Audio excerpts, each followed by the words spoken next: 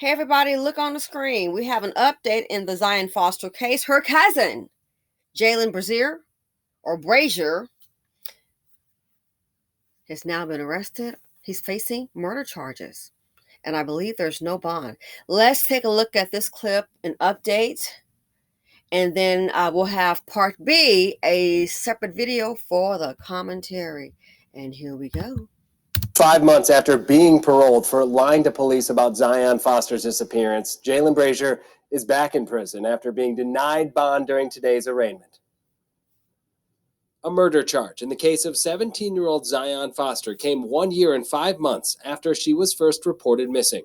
And her cousin, 24-year-old Jaylin Brazier, the last person known to have seen her, now faces that charge. The defendant took a young woman's life, disposed of her remains, and then repeatedly obstructed the investigation into her disappearance. You may remember this is a case in which Zion's body was never found. Her cousin, Jaylin Brazier, was convicted for lying to police, saying he panicked and put her body in a dumpster after she fell unconscious after they had both smoked weed. He admitted he lied to police and served a sentence of 10 months in jail for perjury. He made a plea, and he served his time in the correctional facility for those charges. So what has changed since that time? In court, when the prosecutor started down that path, he was stopped by the judge. There is a suppression order. I just want to remind you on suppressing any, well, I'm sure you read it, sir, from your office. No, I understand, Your Honor, and we did move to suppress the warrant once it was entered into the system, just so that there wouldn't be any interference with the arrest.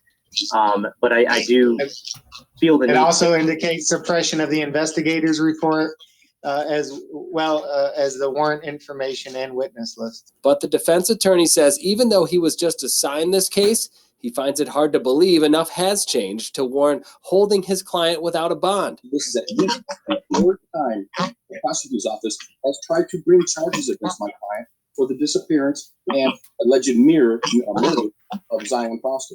And they've been told multiple times, you do not have enough evidence. That attorney says a lack of progress in the case shouldn't be held against Brazier. This is a 2022 case.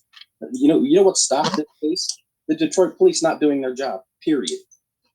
And that's not anything my client did.